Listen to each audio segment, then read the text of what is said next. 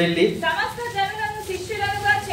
సమస్త జనులను శిష్యులనుగా చేయుడి, తండ్రి యొక్కయు కుమారుని యొక్కయు పరిశుద్ధాత్మ యొక్కయు నామములోనికి వారికి బాప్తిస్మం ఇచ్చుచు. దేవునికి స్తోత్రం. చిన్న ప్రార్థన చేసుకుందాం. ప్రేమ కలిగిన మా తండ్రి, మీకు వందనాలు ప్రభా. నువ్వు ఈ లోకాన్ని విడిచి పరలోకం వెళ్ళేటప్పుడు నిన్ను అనుసరిస్తున్న నీ బిడ్డలకు మీరు ప్రధానమైన ఆజ్ఞనిచ్చారు. ఆ ఆజ్ఞను మేము శిరసావహించాలి. మేము శిష్యులుగానే బ్రతకాలి, ఇతరులను కూడా మేము శిష్యులుగానే చేయాలి.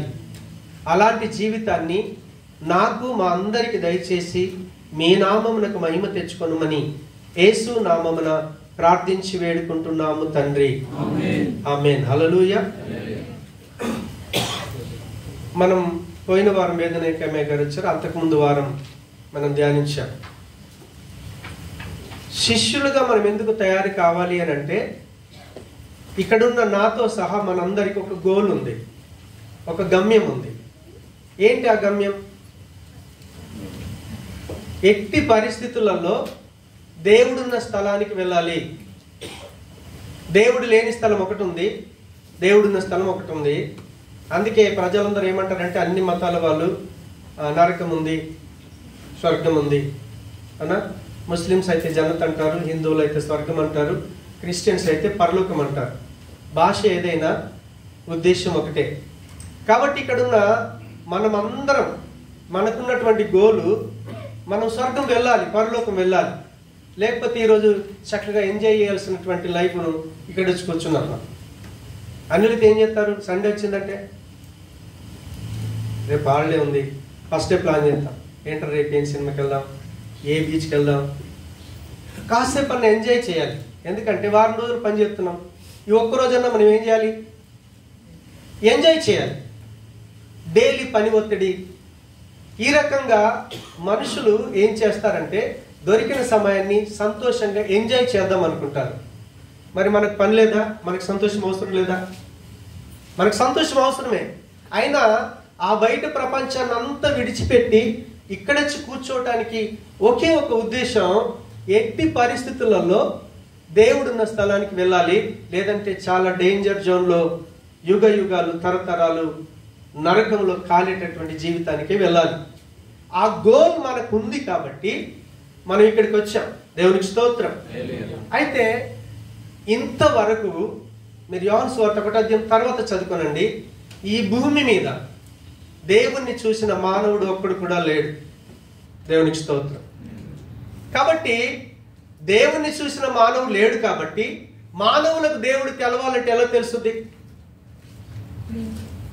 దేవుడి దగ్గర నుంచి వస్తే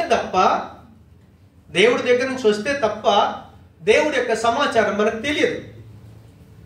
ఇప్పుడంటే ఏంటి, మన వీడియో కాల్స్ మాట్లాడుతున్నాం. దుబాయ్లో ఉన్నాడు, ఇండియాకి వెళ్ళి ఒక గ్రామానికి వెళ్ళి, సార్ దుబాయ్ ఇలా ఉందంటే అదంతా విని ఆహా అలా ఉంటుందా అనుకుంటాడు. దుబాయ్ చూసినాడే దుబాయ్ గురించి చెప్పగలుగుతాడు, లేదంటే చెప్పలేడు. ఇప్పుడు టెక్నాలజీ పెరిగి మనం ఇక్కడ నుంచి వీడియోలో మాట్లాడుతున్నాం, బుర్జ్ ఖలీఫా మీద నుంచి ఇది బుర్జ్ ఖలీఫా అని చూపిస్తున్నాం, అని చేస్తున్నాం. దేవునికి స్తోత్రం. అవునా కదా? ఇది మానవుడు టెక్నాలజీ దేవుడు ఇచ్చాడు కాబట్టి చూపించగలుగుతున్నాం. కానీ దేవుని చూపించే టెక్నాలజీ ఎక్కడ ఉందా? నీకు ప్రాణాత్మ శరీరాన్ని ఇచ్చిన పరమాత్మని చూపించే ఏ టెక్నాలజీ ఈ ప్రపంచంలో ఉందా? లేదు. కాబట్టి దేవుణ్ణి చూపించాలి అంటే దేవుడి దగ్గరికి వచ్చిన మనిషి తప్ప ఈ మనుషులకి దేవుణ్ణి చూపించలేడు. మనిషే చెప్పాలి దేవుడి గురించి. జంతువులు వచ్చి చెప్తే కుదరదు. జంతువులు మాట్లాడుకుంటాయి, పశువులు మాట్లాడుకుంటాయి, పక్షులు మాట్లాడుకుంటాయి. మానవుడు మాట్లాడుకుంటే తప్ప పరమాత్ముడి గురించి తెలుసుకోలేరు. అందుకే యోహాను సువార్త 1వ అధ్యాయంలో ఆదియందు వాక్యం ఉండెను, వాక్యము దేవుడై ఉండెను, వాక్యము దేవుని యొద్ద ఉండెను, వాక్యము దేవుడై ఉండెను. 14వ వచనానికి వచ్చేసరికి ఆ వాక్యం, మీరు దేవుడు అని పిలుస్తున్నారే, ప్రపంచమంతా ఒక దేవుడు ఉన్నాడని చెప్తున్నారే, ఆ దేవుడు ఈ మానవులకి తనను తాను కనపరుచుకోవటం కొరకని ఆ దేవుడు వాక్యమైన పరమాత్ముడు, వాక్కైన దేవుడు ఆయన శరీరంలోకి దిగొచ్చాడు. ఆయన ఎవరు కాదు, ఆయన కృపా సత్య సంపూర్ణుడుగా ఈ మనుషుల మధ్య నివాసం చేశాడు.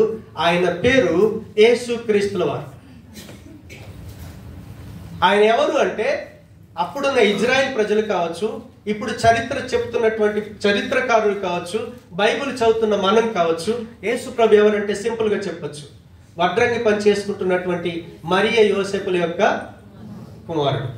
హల్లెలూయా. కాబట్టి ఆయన మనిషిగా వచ్చాడు. ఎక్కడి నుంచి వచ్చాడు? దేవుని దగ్గర నుంచి వచ్చాడు. కాబట్టి మనుషులకు ఆయన ఏం చేశాడంటే, దేవుడి గురించి మీకు ఇంతవరకు తెలియదు కాబట్టి దేవుడి యొక్క లక్షణాలన్నీ తన వ్యక్తిగత జీవితంలో ఈ మానవులకు చూపించాడు. ఆయన మనుషులకు దేవుడు ఎంత పవిత్రంగా ఉంటాడో అంత పవిత్రమైన జీవితాన్ని ప్రపంచానికి చూపించిన ఏకైక మానవుడు యేసుక్రీస్తుల వారు. దేవుడు ఎంత నీతిగా ఉంటాడో అంత నీతిగా బ్రతికి చూపించాడు యేసుక్రీస్తుల వారు. దేవుడు ఎంత మంచోడో అంత మంచితనాన్ని ప్రపంచానికి చూపించాడు. ఎవడైనా కొట్టినవాడిని కొడతాడు, తిట్టినవాడిని తిడతాడు. కానీ కొడతా ఉంటే కూడా, తండ్రి వీళ్ళకి తెలియదయ్యా, నేనేంటో వాళ్ళకి తెలియదు, నువ్వేంటో వాళ్ళకి తెలియదు, నన్ను అర్థం చేసుకోలేక నన్ను చంపేస్తున్నారయ్యా, వాళ్ళని క్షమించుమని ఎంత మంచి మనసు ఉంటే కొడుతున్నా కూడా సహించే జీవితం మనిషిలో ఎక్కడ కూడా లేదు. అది ఆయనలో కనిపించింది. అంత మంచితనం. దేవునికి స్తోత్రం.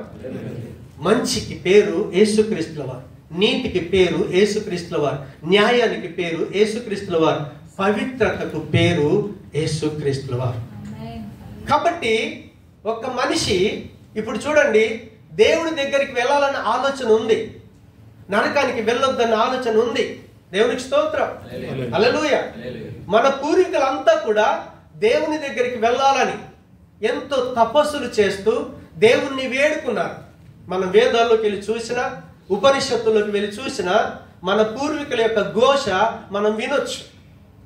ఆ ప్రపంచంలో ఉన్నటువంటి మనుషులందరి యొక్క ఘోష విని దేవుడు తానే ఈ లోకానికి వచ్చి దేవుడు ఎలాంటి వాడో ఆ గుణ లక్షణాలన్నీ ప్రపంచానికి చూపించి ఈ చెడిపోయిన మానవుల మధ్యలో నుంచి పరలోకంలో దేవుడి దగ్గర అడుగు పెట్టినటువంటి ఒకే ఒక వ్యక్తి యేసుక్రీస్తుల వారు. కాబట్టి ఇప్పుడు మనమందరం పరలోకంలో, స్వర్గంలో, జన్నతులో అడుగు పెట్టాలని కోరికతో వస్తే మనకు మార్గదర్శి ఎవరు? అక్కడికి వెళ్ళినోడు తప్ప వేరే వాడిని మార్గదర్శిగా తీసుకుంటే మనం వెళ్ళలేము. దేవుడికి మతాలతో సంబంధం లేదు, దేవుడికి కులాలతో సంబంధం లేదు. మతాలు అనేవి వ్యక్తి యొక్క అభిమతాన్ని బట్టి, అభిమానాన్ని బట్టి మతాలు ఏర్పడ్డాయి. దేవుడికి మతాలతో సంబంధం లేదు. దేవునికి స్తోత్రం. దేవుడికి మనిషితో సంబంధం. ఒక తండ్రికి తన పిల్లలతో సంబంధం ఉంటుంది. వాడు తెల్లకి పుట్టాడా, నల్లకి పుట్టాడా, పొట్టికి పుట్టాడా, పొడుగ్గా పుట్టాడా, ఎలా పుట్టాడో అది చూడడు. నా బిడ్డ. దేవునికి స్తోత్రం. కొంతమంది కాళ్ళు లేక పుట్టినా, కళ్ళు లేక పుట్టినా ఆ తల్లి ఎంత ప్రేమతో ఆ బిడ్డను హత్తుకుంటుందో. కారణం ఏంటో తెలుసా? అది దేవుని యొక్క ప్రేమ. మానవుల్ని ప్రేమించేవాడు పరమాత్ముడు. దేవునికి స్తోత్రం. ఆ పరమాత్ముడికి మానవులు ఏర్పాటు చేసుకున్నటువంటి కులాలతో, మతాలతో సంబంధం లేదు. దేవుడికున్న కోరిక ఏంటో తెలుసా? ఈ మానవుని దేవుడు తయారు చేశాడు కాబట్టి ఈ మానవులందరూ కూడా సాతాను కొరకు, దయ్యం కొరకు, చెడ్డ వాళ్ళ కొరకు ఏర్పాటు చేసిన నరకానికి వెళ్లకుండా తానున్నటువంటి ఆ స్వర్గంలోకి రావాలని కోరిక కలిగి ఉన్నాడు. కాబట్టి తానే మానవుడిగా ఈ లోకానికి వచ్చి మానవులకు దేవుణ్ణి పరిచయం చేసి తాను ప్రపంచ ప్రజలందరూ చూస్తుంటుండగా చంపబడి, సమాధి చేయబడి, సమాధి నుంచి లేచి ఆ మనుషులందరూ కూడా చూస్తుంటుండగా తండ్రి దగ్గరికి ఎగిరిపోయినటువంటి జీవితాన్ని ఈ ప్రపంచమంతా చూసింది. ఇప్పుడు మనం పరలోకం వెళ్ళాలంటే మనకు ఎవరు గురువై ఉండాలి? పరలోకంలో అడుగు పెట్టిన వాడు గురువుగా ఉంటే మనం ఆయనని వెంబడిస్తే మనము కూడా ఆయనలాగా మనం పరలోకం వెళ్ళగలుగుతాం, లేదంటే మనం వెళ్ళలేం. కాబట్టి దేవుడికి ఉన్నటువంటి కోరిక ఏంటి అంటే ఒకే ఒక కోరిక, ఆయన కుమారుడైన క్రీస్తును ఈ ప్రపంచంలోకి పంపించాడు. కాబట్టి మీరు క్రీస్తులాగా జీవించగలిగితే మనం ఆ పరమాత్ముడి దగ్గరికి వెళ్తాం. అందుకే యేసు ప్రభుల వారు తనను వెంబడించినటువంటి మనుషులకి ఆయన ఒక ఆజ్ఞ ఇచ్చాడు. మీరందరూ కూడా నేను ఎలా బ్రతికానో, నేను ఈ భూమి మీద ఎలా జీవించానో అలాంటి జీవితమే మీరు జీవించాలి. మీరు వెళ్ళి ఈ ప్రపంచానికి దేవుని యొక్క రాజ్యం గురించి మాటలు చెప్తా ఉన్నప్పుడు కూడా మీరు వాళ్ళకు ఆ మాటలు చెప్పి వాళ్లకు బాప్తిసం ఇచ్చి తండ్రి యొక్క ఈ కుమారుని యొక్క పరిశుద్ధాత్మ నామములో బాప్తిసం ఇచ్చిన తర్వాత యేసు ప్రభు ఏ ఏ మాటలు బోధించాడో అవన్నీ వాళ్ళకు బోధించి మీరు శిష్యులుగా తయారు కావాలి, వాళ్ళు కూడా శిష్యులుగానే తయారు కావాలి. కాబట్టి ఇప్పుడు మనం క్రీస్తుకు శిష్యులం కావాలి, ఏ మనిషికి శిష్యుడు కాకూడదు. చాలా మందికి పాస్టర్లు అంటే అభిమానం, ఆయన ఏం చెప్తే అదే వేదం. అలా కాదు, పాస్టర్ కూడా యేసుక్రీస్తునే వెంబడించాలి. పాస్టర్ కూడా యేసయ్యకు శిష్యుడు కావాలి. నేను శిష్యుని కాకపోతే మిమ్మల్ని శిష్యులుగా తయారు చేయలేను. అప్పుడు నేను మిమ్మల్ని మోసం చేసిన వాడిని అవుతాను. ఎందుకంటే మీ గమ్యం దేవుని దగ్గరికి వెళ్ళాలి, క్రీస్తు దగ్గరికి వెళ్ళాలి. ఒకరోజు క్రీస్తును కళ్ళారు మనం చూడాలి. ఆ తపన మన జీవితంలో నెరవేర్చబడాలంటే నాతో సహా మనమందరం యేసుక్రీస్తుకు శిష్యులం కావాలి. యేసుక్రీస్తుకు శిష్యులం కావాలనుకున్నప్పుడు మొదటి గుణలక్షణం ఏముంటుందంటే ఆయన పిలిచిన వెంటనే ఆయనను వెంబడించాలి. దేవునికి స్తోత్రం. రెండోది ఏం ధ్యానించాం? మీరు ఇక్కడ స్టోరీ వినటానికి రాకూడదు. ఏం వాక్యం చెప్పాడో మనసు పెట్టాలి. దేవునికి స్తోత్రం. మనసు కనుక పెట్టకపోతే సాతానుడు అంటే ఏం చేస్తాడంటే మనలో విత్తబడినటువంటి ఆయన వాక్కును వాడెత్తుకొని పోతాడట. కారణం ఏంటో తెలుసా? నువ్వు క్రీస్తులాగా జీవించకూడదు. పోయిన వారం ఏం వాక్యం చెప్పామంటే చెప్పం. పోయిన వారం ఎవరైనా ఒక 500 నాకు ఇవ్వండి, మళ్ళీ వచ్చేవారు అడుగుతారో లేదో నేను చూస్తాను. ఆఫ్టర్ ఆల్ డబ్బు జ్ఞాపకం ఉంటుందే, వెండి బంగారాల కంటే విలువైన దేవుడి మాటలు ఎంత జ్ఞాపకం ఉండాలి. ఎంతమంది వాస్తవంగా వాక్యం విన్న తర్వాత ఇంటికి వెళ్ళి ఈరోజు పాస్టర్ గారి ద్వారా దేవుడు నాతో మాట్లాడాడే, ఆ మాట అలా ఉందని ఎవరైనా కొంతమంది అయినా ఇంటి దగ్గర వెళ్ళి కూర్చుండి దాన్ని మళ్ళీ మీరు రిఫర్ చేస్తున్నారా? చెయ్యకపోతే నష్టపోతాం. కారణం ఏంటో తెలుసా? వాక్కులో ఉన్న శక్తి మన జీవితం మీద ప్రభావం చూపించదు. పశువులు అడవికి వెళ్ళి అది గడ్డిని తిన్న తర్వాత ఇంటికి వచ్చి ఒక్కొక్క ముద్ద నెమరు వేస్తుంది. కారణం ఏంటో తెలుసా? దాంట్లో శక్తి నెమరు వేస్తేనే దానికి పొందుకుంటుంది, అది జీవించగలుగుతుంది. అలాగానే మనము కూడా దేవుని యొక్క వాక్యాన్ని ధ్యానించకపోతే ఆ వాక్కులో ఉన్న శక్తి మన ఆత్మకు శక్తిని ఇవ్వదు. మన జీవితం ప్రభావవంతంగా ఉండదు. నామకార్థ క్రైస్తవులాగా బైబిల్ పట్టుకొని చర్చుకుంటాం, వెళ్ళిపోతాం. పాట బాగుంది, వాక్యం బాగుంది, దేవుని కానికిచ్చాను, అయ్యగారు ఆశీర్వదించారు, అయిపోయింది, మళ్ళీ వారం రావాలి. అది క్రైస్తవ జీవితం కాదు, అది ఒక మతం. నువ్వు క్రైస్తవ మతంలో జీవిస్తే ఫార్మాలిటీగా వస్తాం, ఫార్మాలిటీగా వెళ్ళిపోతాం.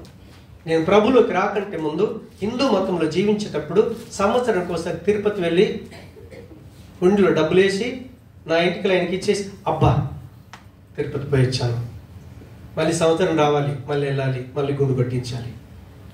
అది భక్తి జీవితం కాదు, అది మతానికి సంబంధించిన జీవితం. మతం నిన్ను పరలోకం చేర్చలేదు. వాక్యాన్ని మనం చదవాలి, చదివిన వాక్యాన్ని ధ్యానించాలి. మొట్టమొదటిది ప్రభువుకు ఆయన మాట చెప్పగానే లోబడతాం. అన్ని విషయాల్లో రెండవది ఏం చేస్తామంటే ప్రభువును గురిగా కలిగి ఉంటాం, గురువుగా కలిగి ఉంటాం. మనం మూడోది మొన్న వారం కాక ముందు వారం ధ్యానించాం. ఏమని ధ్యానించాం? దేవుని చిత్తాన్ని నెరవేర్చడమే మన జీవిత లక్ష్యం ఉంటుంది. క్రైస్తవ్యం అంటే మతం కాదు. కారణం ఏంటో తెలుసా? పౌలు ఫిలిప్పీ పత్రిక 3:12 అన్నాడు. ఏమన్నాడు తెలుసా? ఒకసారి చదవండి. నేను మొన్న పైన వరకు చదివించాను మిమ్మల్ని. దేవునికి స్తోత్రం. ఇదివరకే నేను గెలిచి తినని అయినను, ఇదివరకే సంపూర్ణ సిద్ధి పొంది తినని అయినను నేను అనుకుంటలే, కానీ నేను దేని నిమిత్తము క్రీస్తు యేసు చేత పట్టబడితునో దానిని పట్టుకొనవలనని పరిగెత్తుచున్నాను. యేసుక్రీస్తుల వారు పని లేక తన ప్రాణం పెట్టి మనల్ని కొనుక్కోలేదు. ఆఫ్టర్ ఆల్ రూపాయి పెట్టి పెన్ను కొంటే దాన్ని వాడేదాకా మనం విడిచిపెట్టాం, అవునా కదా? సపోజ్ 2 కాసులు బంగారం అనుకున్నా ఎంత జాగ్రత్త పెట్టుకుంటారు మీరు, అవునా? మరి అలాంటిది అసలు ఎవడైనా ప్రాణం ఇస్తాడా? అన్నిటికీ మించింది ప్రాణమే విలువైంది. మనం ఏమన్నా ఇస్తాం కానీ ప్రాణం ఏంటి ఇవ్వం. కానీ అలాంటి పనికి రాని మన కొరకు ప్రభు ప్రాణం పెట్టి కొనుక్కున్నాడే. కారణం ఏంటో తెలుసా? నీ మతం మార్చాలనో కులం మార్చాలనే కాదు, నీ లోపల క్రీస్తులో ఉన్నటువంటి పవిత్రత రావాలి, క్రీస్తులో ఉన్నటువంటి మంచితనం రావాలి, క్రీస్తులో ఉన్నటువంటి న్యాయవంతమైన జీవితం రావాలి. క్రీస్తు ఎంత పరిశుద్ధుడో ఆ పరిశుద్ధత మనలోకి రావాలి. అందుకే పౌలు ఏం చేశాడంటే క్రీస్తును గమ్యంగా పెట్టుకున్నాడు. అంటే ఒక మనిషి యేసు ప్రభును నమ్మి బాప్తీసం పొందినప్పుడు అన్ని విషయాల్లో పవిత్రుడవుతాడు, అన్ని విషయాల్లో మంచివాడవుతాడు, అన్ని విషయాల్లో నీతిమంతుడవుతాడు, అన్ని విషయాల్లో న్యాయవంతుడవుతాడు. కానీ ఆ బాప్టిజం తీసుకొని మన జీవితాన్ని ఆరంభిస్తాం కదా, ఆరంభించిన జీవితంలో మనలో ఇంకెన్నో లోపాలు. ఒక విశ్వాసి, ఒక మనిషిగా ఈ భూమి మీద దేవుడు ఎంత పరిశుద్ధంగా జీవించాలని, ఎంత నీతిగా జీవించాలని, ఎంత న్యాయంగా జీవించాలని, ఎంత మంచివాడిగా జీవించాలని కోరుకొని తాను ప్రాణం పెట్టాడో, మనం చచ్చిపోయే ఆ దినము నాటికి అది పరిపూర్ణం కావాలి. నువ్వు ఎంత మంచివాడిగా జీవించగలుగుతావో అంత మంచి రావాలి, ఎంత పవిత్రంగా జీవించగలుగుతావో అంత పవిత్రత రావాలి, ఎంత న్యాయంగా ఉండగలుగుతావో అంత న్యాయం రావాలి. ఎందుకంటే మనం ఎత్తబడేది ఎప్పుడో తెలుసా? దేవుని కృప ఉంటే బ్రతికుండగా, మనం ఇప్పుడు బ్రతికున్నప్పుడు వస్తాడో తెలియదు, మనం చనిపోయిన తర్వాత కదా తిరిగి లేపబడతాం. ఆ చావన్న రావాలి, లేదంటే ప్రభు అన్న రావాలి. ఆ గడియ వరకు ఈ భూమి మీద ఒక మనిషిగా ఎంత మంచివాడిగా జీవించాలో, ఎంత నీతిమంతుడిగా, ఎంత పవిత్రుడిగా, ఎంత మంచివాడిగా జీవించాలో అదంతా పరిపూర్ణం కొరకు మనం ప్రయాసపడాలి. ఇందాక పాట పాడాం, క్రీస్తు మహిమకే నా ప్రాణం నా జీవం. అంటే ఏంటి? క్రీస్తుకున్న మహిమ ఏంటి? మనకు లేని మహిమ ఏంటి? ఆయనకున్న మహిమ ఏంటి? ఆయన ఎన్నిలో చూసినా పవిత్రుడుగానే కనిపిస్తాడు. మాట మాట్లాడని పవిత్రమే, చూపు చూడని పవిత్రమే, తలంపులు పవిత్రమే. ఏ విషయంలో కానీ యేసు ప్రభు ఎక్కడ కూడా చెడ్డవాడు, చెడిపోయినవాడు, ఈయనలో న్యాయం లేదు, ఈయనలో పవిత్రత లేదని ఏ ఒక్కడు కూడా భూమి మీద ఆయనను నిరూపించలేకపోయారు. సవాల్ చేశాడు, ఈ భూమి మీద ఎవడైనా సరే నా మీద నేరస్థాపన చేస్తాడా? అందుకు పరీక్షించబడ్డాడు. యేసు ప్రభు చనిపోయే ముందు ఆయన శనీర్దిన్ సభకు తీసుకుని వెళ్ళారు, కయప దగ్గర తీసుకెళ్లారు. కయప హెరోదు దగ్గరికి పంపించాడు, హెరోదు పిలాతు దగ్గరికి పంపించాడు, పిలాతు మళ్ళీ హెరోదు పిలాతు. ఎన్ని కోర్టులు మార్చినా లాస్ట్ జడ్జిమెంట్ ఏంటో తెలుసా? పిలాతు చేతులు కడుక్కున్నాడు. అయ్యా, మీరేనదో తప్పు చేశాడని నేరం మోపారు కదా, ఈయన లోపల ఏ దోషము నాకు కనిపించట్లేదని చేతులు కడుక్కున్నాడు. హల్లెలూయా. ఆయనకున్న మహిమ అది. చెడిపోయిన మనలో ఆ మహిమ రావాలి అంటే మన జీవితాన్ని అప్పగించుకోవాలి. పవిత్రత కొరకు అప్పగించుకున్నాలి, మంచి కొరకు అప్పగించుకున్నాలి, నీతి కొరకు అప్పగించుకున్నాలి, న్యాయం కొరకు అప్పగించుకోవాలి. అప్పుడు కానీ అది మనలోకి రాదు. దేవునికి స్తోత్రం. కాబట్టి పౌలులాగా నా జీవితం అంతా కూడా క్రీస్తు మహిమ కొరకు నేను అప్పగించుకోకపోతే క్రీస్తులాగా పరలోకం వెళ్ళలేను. కాబట్టి క్రైస్తవ జీవితం అంత ఈజీది కాదు. మనమేమవుతాం తెలుసా? యేసే దగ్గరికి పోతే కష్టాలన్నీ పోతాయిరా, బాగైపోతాం. పాస్టర్లు కూడా అదే చెప్తారు, యేసే దగ్గరికి రా, నువ్వు బాగైపోతావు. అక్కడికి వచ్చినాక స్టార్ట్ అవుద్ది. నీతిగా బతికితే అన్ని కష్టాలు. నీతిమంతునికి కలుగు ఆపదలు అనేకములు, కానీ ఆయన విడిచిపెడతాడా? దేవునికి స్తోత్రం. నువ్వు ఏ స్థితిలో ఉన్నా నిన్ను ప్రాణం పెట్టి కొనుక్కున్నాడు, విడిచిపెట్టాడు. 9 మాసాలు మోసి పెంచినటువంటి తల్లి ఒక బిడ్డ ప్రమాదంలో ఉంటే తన ప్రాణం పోయినా సరే బిడ్డను కాపాడుకోవటానికి ప్రయత్నిస్తుందే, మన దేవుడు కూడా నువ్వు ఏ స్థితిలో ఉన్నా నీ చెయ్యి విడిచిపెట్టడు. నువ్వు ఆపదలు ఉన్నా సరే, వ్యాధుల్లో ఉన్నా సరే, బాధల్లో ఉన్నా సరే, అప్పుల్లో ఉన్నా సరే, ఏ స్థితిలో ఉన్నా ప్రాణం పెట్టి కొనుక్కున్న ప్రభు నిన్ను విడిచిపెట్టలే. కాకపోతే నీతిగానే బ్రతకాలి, న్యాయంగానే బ్రతకాలి, పవిత్రంగానే బ్రతకాలి, మంచి వాళ్ళుగానే బ్రతకాలి. అలాంటి జీవితాన్ని మనం ఎప్పుడైతే అనుసరిస్తామో రుజువు ఏంటో తెలుసా? నువ్వు యేసు ప్రభువుకు శిష్యుడుగా తయారవుతున్నావు. లేదంటే లోకంలో కొట్టుకొని పోతున్నావు. ప్రాణమున్న చేప అయితే నీళ్ళకి ఎదురెదుద్ది, చచ్చిపోయిన చేప నీళ్ళలో కొట్టుకుపోద్ది. క్రీస్తు జీవం నీలో ఉంటే లోకంలో ఎదురెదుతాం. ఆ జీవం నీలో లేకపోతే లోకంలో కలిసిపోయి నామకార్థ క్రైస్తవులాగా జీవిస్తాం. చనిపోయినప్పుడు మనల్ని పెట్టెలో పెడతారు, పెట్టి మనల్ని పరలోకం తీసుకెళ్తాం. భ్రమ. నీ బతుకు బాగుంటే పెట్టెలో లేకుండా, మొన్న ఫ్లైట్ కళ్ళ ముందు కాలిపోయింది కదా, అంతెంత మంది అందులో దేవుని పిల్లలు ఉన్నారు. వాళ్ళని కాల్ చేసినా సరే, బూడిదైనా సరే, ఎముకలు దొరకకపోయినా సరే ప్రభు రాకడలో 100% ఎత్తబడతారు. మనకిచ్చిన ఆధిక్యత అదే.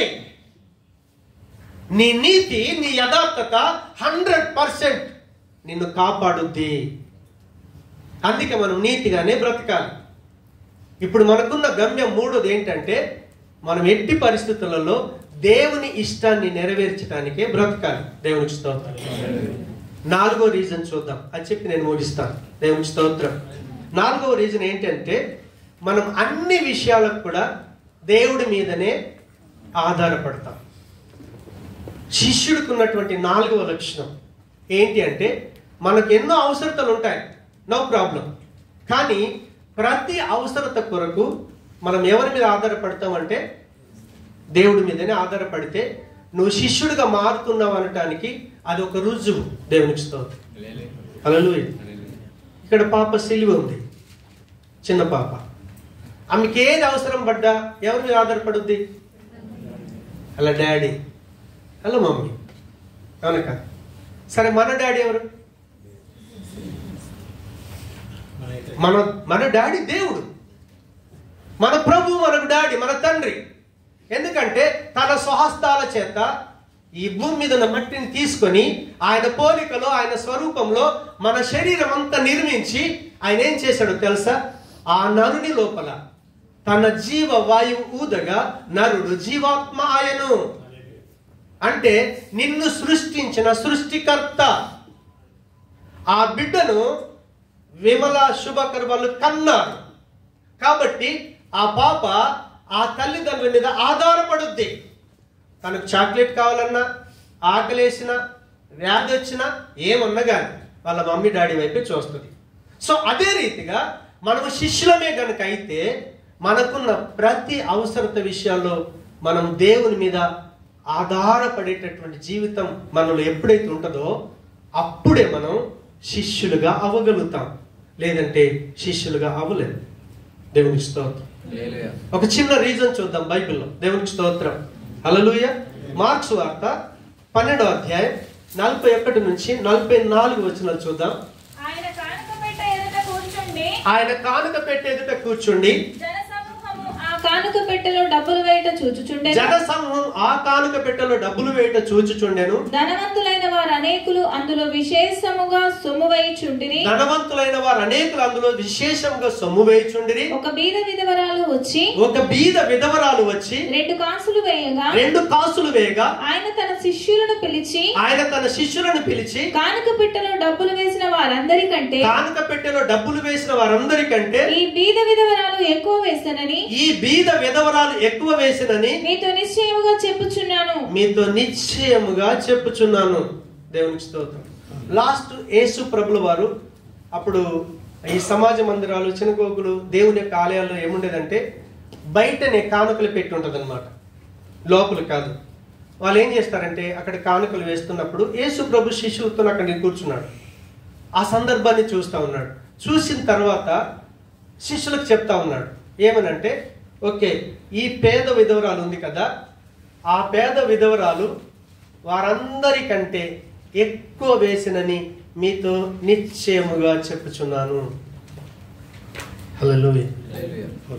అదే సందర్భాన్ని మనం లూకా సువార్త 21వ అధ్యాయంలో కూడా చూస్తాం, మార్కు సువార్తలో కూడా చూస్తున్నాం. సరే, 2 సార్లు 3 సార్లు ఒక సన్నివేశాన్ని రాశాడంటే అది ప్రాముఖ్యమైనది అని అర్థం. దేవునికి స్తోత్రం. మీరు దుబాయ్ వచ్చేటప్పుడు మీ క్షేమం కోరే వాళ్ళు, మీ అమ్మ నాన్నను, మీ భర్తను, మీ భార్యను జాగ్రత్త అండి అని 1కి 3 సార్లు చెప్తారు. నాకు తెలుసమ్మా, పిల్లలు నాకు తెలుసు మమ్మీ, అయినా తల్లి ప్రేమ ఏం చేస్తుందంటే, తండ్రి ప్రేమ జాగ్రత్తరా బాబు 1కి 2 సార్లు చెప్తున్నాడంటే అది మనకు చాలా ప్రాముఖ్యమైన విషయం అని అర్థం. ఇప్పుడు యేసు ప్రభు చెప్తా ఉన్నాడు, అక్కడ చాలా మంది డబ్బులు వేశారు. లక్షలు వేసిన వాళ్ళు ఉండొచ్చు, 1000 వేసిన వాళ్ళు ఉండొచ్చు.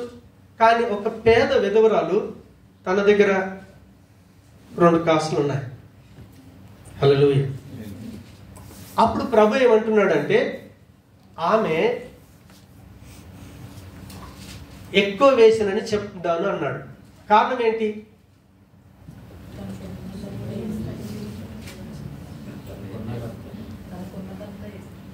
తనకున్నదంతా, తన దగ్గర అప్పుడు ఎంత ఉన్నాయంటే 2 రూపాయలు ఉన్నాయి. 2 రూపాయలు కానుక పెట్టలేసేసింది. మనం అదే లూకా సువార్త 21వ అధ్యాయంలో 4వ వచనం 1 నుంచి 4 వచనంలో కూడా అక్కడ ఏమంటాడంటే, తన జీవనం అంతయు ఏమేసిందట? తన జీవనం అంటే ఏంటి? ఇప్పుడు డబ్బులు వేసేసింది కదా, ఇప్పుడు తనకి ఏది కావాలని ఇప్పుడు ఎవరు ఆధారం? దేవుడితే తప్ప. అర్థమవుతుందా? రేపు ఏదైతే మనకు కావాలని అనుకుంటున్నామో మనం ఏం చేస్తాం? అడ్వాన్స్ కానీ జమ చేసి పెట్టేద్దాం. అవునా కాదు? మనకు గోల్ ఉంటుంది, రేపు అనేది ఎలా ఉంటుందో తెలియదు. అవునా? కాబట్టి సరే, డబ్బులు సమకూర్చుకోవటం తప్పు కాదు. ఖచ్చితంగా దేవుని పిల్లలుగా మనకు డబ్బు అవసరమే. అవునా కాదు? అన్నీ అవసరమే. కానీ నీకు కావలసిన వాటన్నిటినీ ఎప్పుడైతే నువ్వు దేవుని వైపు చూస్తావు. మత్తయి 6:33 ఎవరైనా నోటికి చెప్తారా?